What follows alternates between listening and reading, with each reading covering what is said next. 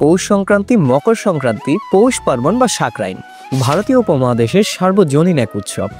সংক্রান্তি শব্দটি সংস্কৃত থেকে উদ্ভূত, যার অর্থ হলো সূর্যের এক রাশি থেকে অন্য রাশিতে প্রবেশের সময়কাল। আর এই সময় পৌষ ও মাঘ মাসের সন্ধিক্ষণে আসে। সংক্রান্তি প্রধানত সুস্বাদু পিঠে পুলির জন্য বিখ্যাত। ভারত ও বাংলাদেশের অঞ্চল ভেদে সংক্রান্তির বিভিন্ন নাম রয়েছে, যার মধ্যে পুষনা, হাংরাই, ঘুঘুটি, তিরমুনি প্রভৃতি নামে পরিচিত। আসামের বিশ্বজুড়ে সমাদৃত মাঘ বিহু বা বিহু উৎসবও একে কেন্দ্র করে। আসাম থেকে বিহারে এলেই পাচ্ছি দহি চূড়া নামের দইয়ের হাড়ি ভাঙার বিশেষ এক আয়োজন। ভারতের গুজরাটে বিখ্যাত ঘুড়ি উৎসব ও পুরান ঢাকার বিখ্যাত উৎসব সাকরাইন, দুই উৎসবেই ঘুড়ি ওড়ানো, আতশবাজি ও ফানুস উড়ানোর মধ্য দিয়ে আকাশ নানা রং ও আলোয় উজ্জ্বল হয়ে ওঠে এই সংক্রান্তিতে। হিন্দু ধর্মাবলম্বীরা এই দিনে পূর্বপুরুষ তথা বাস্তু দেবতার উদ্দেশ্যে পিঠা উৎসর্গ করেন।